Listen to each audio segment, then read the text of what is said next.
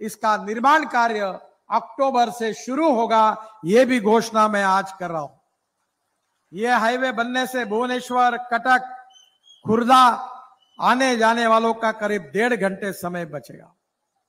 संबलपुर के लिए 35 kilometre 4 lane greenfield ring road की लागत 1333 करोड़ रुपए है और इसका भी निर्माण अक्टूबर 2024 में शुरू हो जाएगा।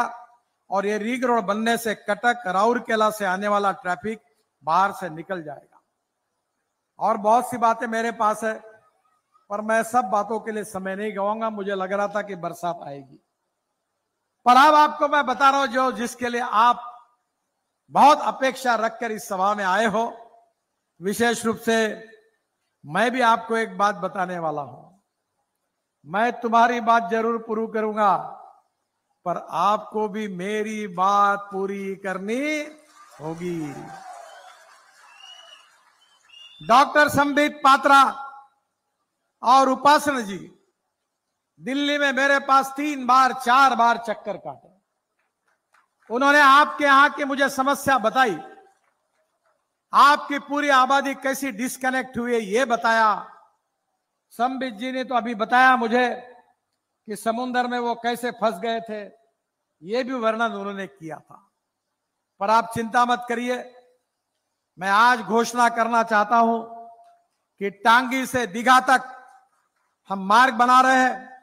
इसमें चिल्का झील और वेटलैंड के कारण गोपालपुर से सतपड़ा के बीच में एक मिसिंग लिंक रह गई है। NH 516A, NH 316A के बीच में इस मिसिंग लिंक की वजह से लोगों को अभी भी कंट्री बोर्ड से सफर करना पड़ता है। आपको तकलीफ होती है, डिलीवरी के लिए हमारी माँ बहन बेटी बहनों को बहुत तकलीफ होती है और आपकी तकलीफ को मैंने बहुत संवेदनशील मन से स्वीकार किया है। और संबित पात्रा जी और उपासनी जी को मैं बहुत बहुत धन्यवाद देता हूं कि उन्होंने ये मांग मेरे पास लाई, असुविधा बताई और उन्होंने जो मुझे आग्रह किया है उसी के कारण मैंने इस मांग को पूरा किया है। दोनों NH के बीच में 1 किलोमीटर लंबा 2 लेन पुल तथा 2.5 किलोमीटर 2 लेन मार्ग का निर्माण कराकर हम इस समस्या का हल करेंगे। DPR बनाने के आदेश दिए हैं। चुनाव समाप्त होने के बाद टेंडर निकलेगा, काम शुरू होगा और आपकी मांग पूरी होगी, ये मैं आपको वचन देता हूं। मुझे याद है कि संबित पात्रा जी बहुत बार आपकी डिमांड को लेकर मेरे पास आए थे। इसके साथ साथ मैंने यह भी आदेश दिया था कि 630 मीटर लंबा एक ROB, जिसको भी मैंने मंजूर किया था और वो भी 2025 अप्रैल तक पूरा हो जाएगा, जिससे इस क्षेत्र के लोगों को राहत मिलेगी।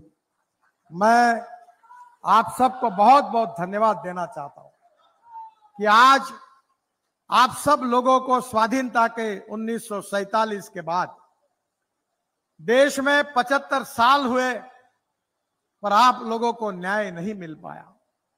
आप लोगों की गंभीर समस्या के तरफ किसी सरकार ने ध्यान नहीं दिया, पर संबित जी के कारण, उपासना जी के कारण उन्होंने आपकी समस्या को उजागर किया और वो लेकर वो मेरे पास आए। और जब मैंने समस्या सुनी तो मेरे संवेदनशील मन में अस्वस्थता आई कि स्वाधीनता के बाद भी हमारे लोगों को इस प्रकार से रहना पड़ता है। ये हमारा दुर्भाग्य है और ये काम करना मेरा परम कर्तव्य है। ये समझकर मैंने इसके DPR के आदेश दिए और कार्य का शुभारंभ किया। बहनों और भाइयों, हमारा मकसद केवल राज बदलना नहीं है, समाज बदलना है।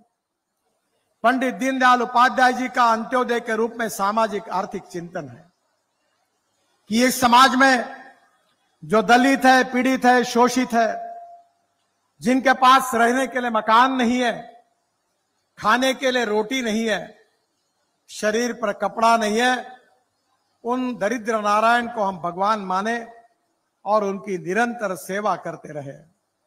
और जिस दिन उन दरिद्र नारायणों को रोटी, कपड़ा और मकान मिलेगा, उसी दिन हमारा कार्य पूरा होगा।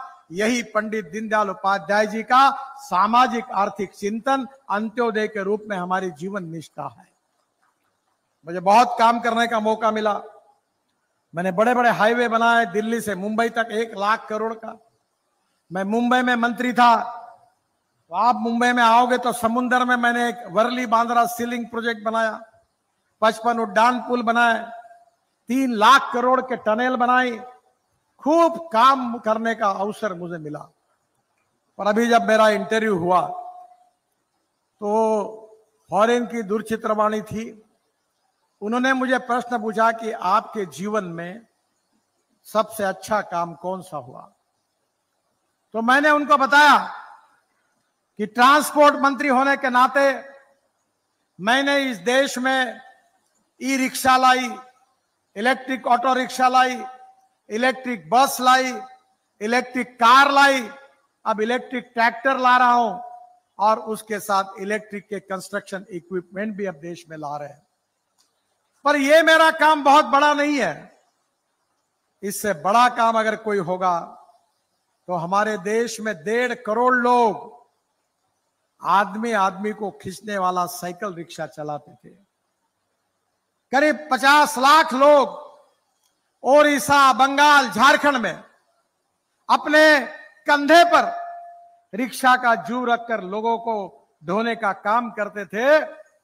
मैं 2014 में मंत्री बना, मैंने मैकेनाइज्ड ड्रिवन ई रिक्शा और ई कार्ट लाई, और सबसे बड़ा कार्य अगर कुछ हुआ तो ये 1.5 करोड़ लोगों को मानवीय शोषण से मुक्त करने का कार्य मेरे जीवन में हुआ। ये सबसे बड़ा काम है। ये रिक्शा चलाने वाले शेड्यूल कास्ट और मुस्लिम समाज के थे, और इसलिए बहनों और भाइयों, हमारे देश को समृद्ध संपन्न करना है। गरीबों को सम्मान से जीने के लिए हमें ऐसी नीतियां बनानी है कि यूनो में चर्चा होती है कि डोमेस्टिक हैप्पी ह्यूमन इंडेक्स, जिसका अर्थ होता है सुखांक।